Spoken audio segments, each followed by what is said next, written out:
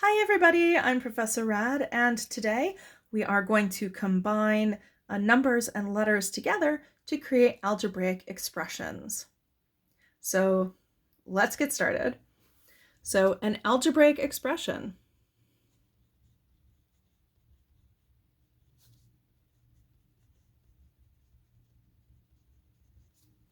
is a combination of variables and numbers and the algebraic operations like adding, subtracting, multiplying, dividing, exponents, all that kind of fun stuff.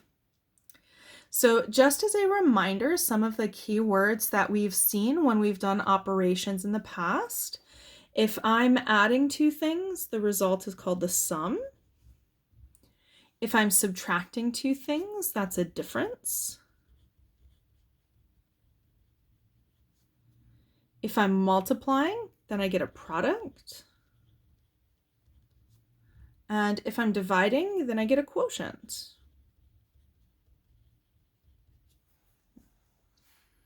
Now, it would be really nice if these were the only words that we ever used for different operations, but that is just not the case. So let's take a look at some common words that are often used to imply or to mean addition or subtraction or multiplication or division, and how we might translate that algebraically. Alrighty, so let's start out with addition and subtraction. Now, one of the key components to translating in math is paying attention to whether or not order is important. And this comes about because of the commutative property. Some operations allow you to switch order, while others don't. Addition is commutative, so the order that you write things in when you're translating addition problems doesn't really matter, but it does matter for subtraction because subtraction is not commutative. So let's break down what's going on in these addition examples, and then we'll break down what's going on in subtraction. So what I have here, n plus 3, is a correct translation for all of these phrases.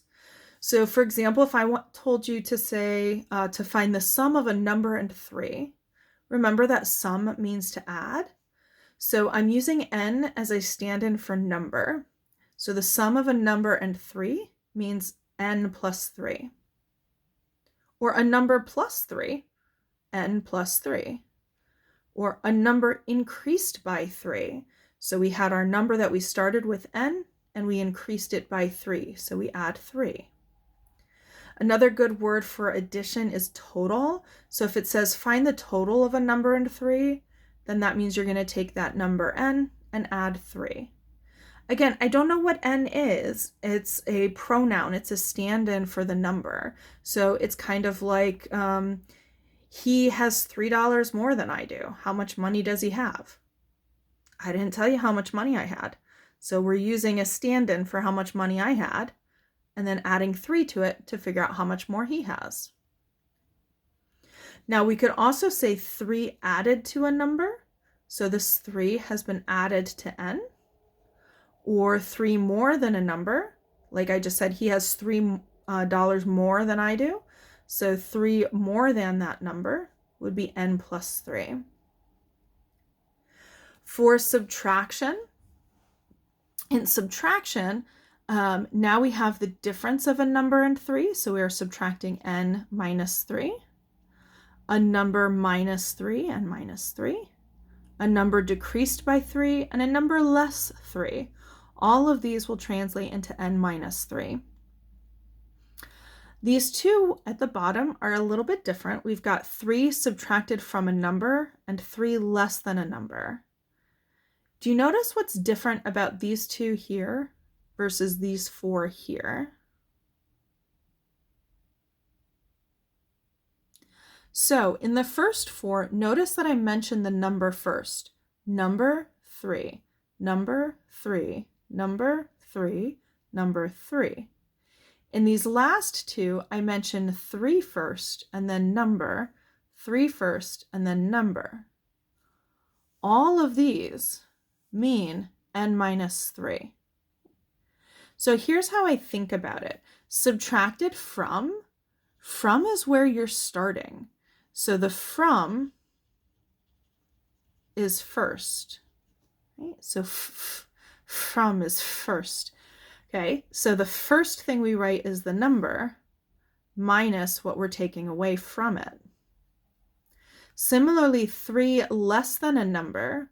If I had 10 cookies and you have 3 less than me, well, you're going to have 7 cookies. You're going to take the 10 that I have and then take 3 away from that. So 3 less than a number is going to be n minus 3. So these are the tricky ones. With addition, it doesn't really matter which way we set it up because it's commutative, but with subtraction, it does matter. So these are the two where the numbers, when they're written, are opposite order from how we write it symbolically. There's a similar thing that goes on with multiplying and dividing. So with division, I'm going to look at division first because multiplication, there's a couple of special cases. So for division, order is important because dividing is not commutative. And we could say the quotient of a number and 3. That would mean n divided by 3. N divided by 3, right? A number divided by 3. Just like with subtraction, we could do a little flippy-do here. 3 divided into a number. So if I'm dividing into the number, that number comes first. So notice again, number 3, 3 number. The order in which it's written in words is different from the order in which we write it in symbols. Multiplication, we could say multiply a number by 3, or we could say find the product of a number and 3, or we could say a number times 3. Okay. Any of these are ways of representing 3 times n.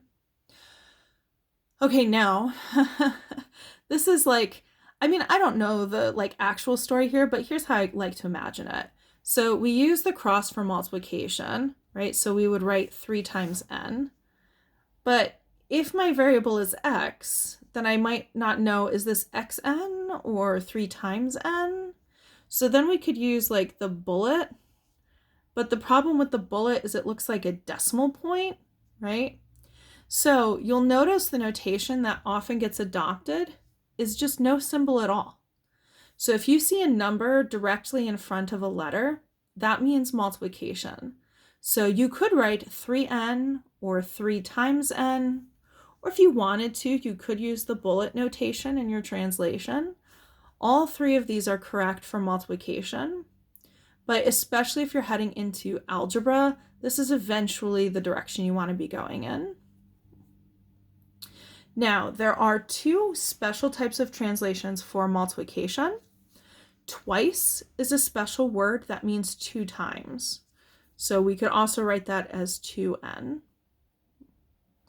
And if you have a fraction of a number, that of means to multiply. So 2/3 of a number, I could write that as 2/3 n. And again, I could use the cross or the dot in my translation, or I could just write the number in front of the letter. Okay, so let's go ahead and do a few translation problems. Okay, so for this example, it simply says write an algebraic expression to represent each situation. In this case, they didn't tell us which variables to use, so we have our choice. You can use any letter for any of these questions. In my classes, if you're working through these problems on the computer's probably going to specify a variable for you to use just so it can check your answer properly. So pay attention, make sure I or the problem doesn't tell you what letter to use for your variable. So for part A, it says 50 more than a number. So the key expression here is more than, and more than means to add. So I'm going to pick the letter N for my number, and I'm going to add 50 to that. If you wanted to, because addition's commutative, you could put the 50 first. It really doesn't matter. So 50 more than a number, you could write n plus 50. or you could write 50 plus n. Both of these are good. Okay, now we are quickly going into some compound operations here, meaning more than one. So if I look at part B, it says find the quotient of a number in 7 and then subtract 3. Now, what my special mathematician eyes see is this comma. And commas can be used to represent grouping. So when I see a comma in a sentence like that, I think about this. I want to do this part first and then carry on whatever's outside. So I'm going to cover that up, pretend like it's not here. And it says find the quotient of a number in 7. Now quotient means to divide. So I'm going to divide the number in 7. And the way that we set this up is the same order as presented. This time, just for fun, I'm going to use an x. Okay? So I'm going to do x divided by 7.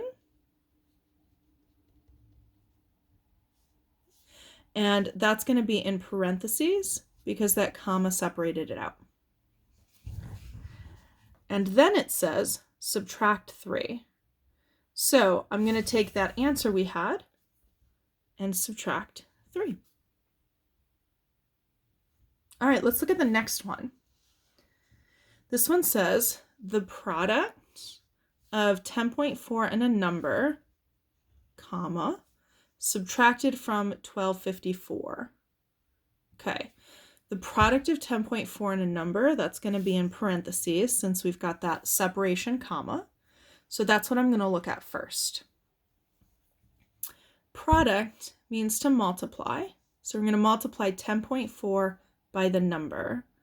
Let's use y this time, because y not.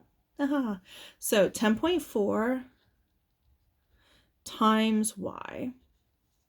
And a reminder, for multiplication, you don't have to put a symbol in between. You can just write the number in front of the variable. Then I'm going to put that in parentheses since that came first. And then it says subtracted from.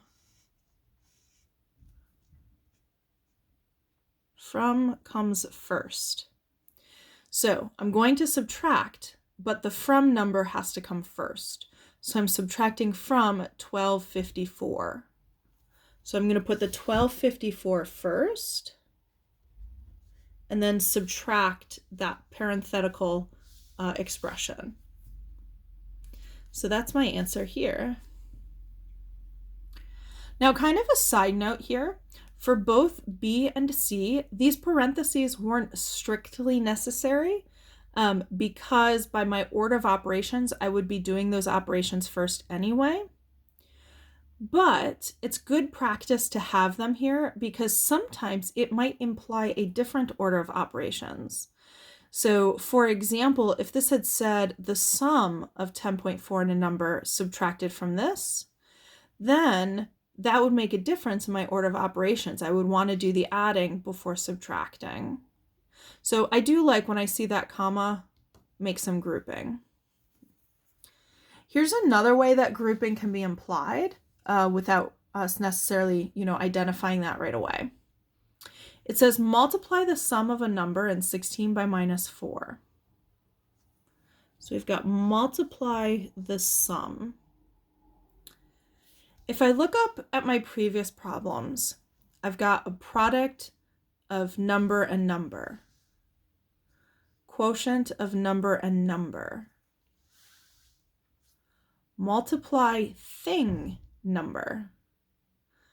So notice that I'm not multiplying a number and a number, I'm multiplying an operation and a number. So whenever you have an operation on an operation, like multiply the sum or subtract the quotient, right? So two operations, that means that operation is going to be in parentheses. So I'm going to multiply the sum. So I'm going to put this in parentheses. The sum of a number and 16 by -4. So when I kind of stand back and squint, when I look at this, it says multiply blah by -4. We have to figure out blah first. Okay, but that's like the shape of this expression. I multiply a thing by -4. So let's look at that thing. It says the sum, so sum means to add, and we're going to add the number, let's say W, and 16. So the sum of a number and 16, I've written as W plus 16, and now we're going to multiply that by -4. So this is one way to translate that expression. So just kind of to summarize these, be on the lookout for commas. They indicate parentheses. And be on the lookout for an operation on an operation. Okay? That is also indicating parentheses. Now let's do like an actual applied problem. So instead of just sort of this vague, like do this on random numbers, let's see what this might look like if we have, words filled out. So this says, according to the Old Farmer's Almanac, you can use cricket chirps to determine the temperature.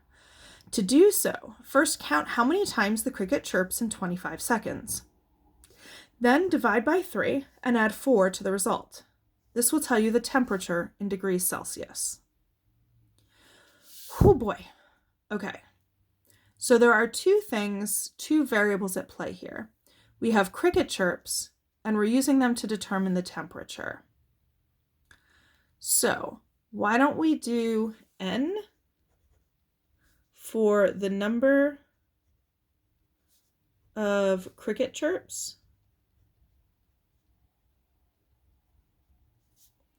and T to be the temperature. Again, you could use X or Y, or you could use C for cricket chirps. Whatever you want to use for your variables, you can use. But I'm choosing these two things because these are the two things that are related. We've got cricket chirps, and that's going to tell us the temperature. So those are our variables, the cricket chirps and the temperatures. Now I'm going to add to these descriptions based off of some more information. It says, to do so, first count how many times the cricket chirps in 25 seconds. So we're not because if I just said how many times did the cricket chirp, I mean, when do you stop counting? Do you count all night? So when we say number of cricket chirps, I'm going to add in 25 seconds. Okay. So this 25 isn't going to show up in my formula or my expression anywhere. It's showing up in the definition of my variable. And then at the end it says this will tell you the temperature in degrees Celsius. So I'm going to add that there so I know that's not the temperature in Fahrenheit, for example. Whew. Okay, so we've got all of that out of the way. Now let's highlight the part we're actually translating using these variables. So we're going to count how many times the cricket chirps, then divide by 3 and add 4 to the result. So we're going to count how many times the cricket chirps, that's N. We're going to divide that by 3. So we're doing that all first. So I'm going to put parentheses around it because we're doing it first. And add 4 to the result. So this is the result of dividing by 3, and then we're going to add 4 to that. This is going to equal the temperature in degrees Celsius. So the temperature is N divided by 3, and then plus 4. Alrighty, so here are 4 problems for you to try out on your own. So see if you can figure out the correct translation for these. In the next video, we're going to be using a technique you might have heard before called combining like terms. And that's going to help us take really messy looking expressions and make them look a little bit simpler. So I'm looking forward to seeing you then. In the meantime, have a great day, everyone.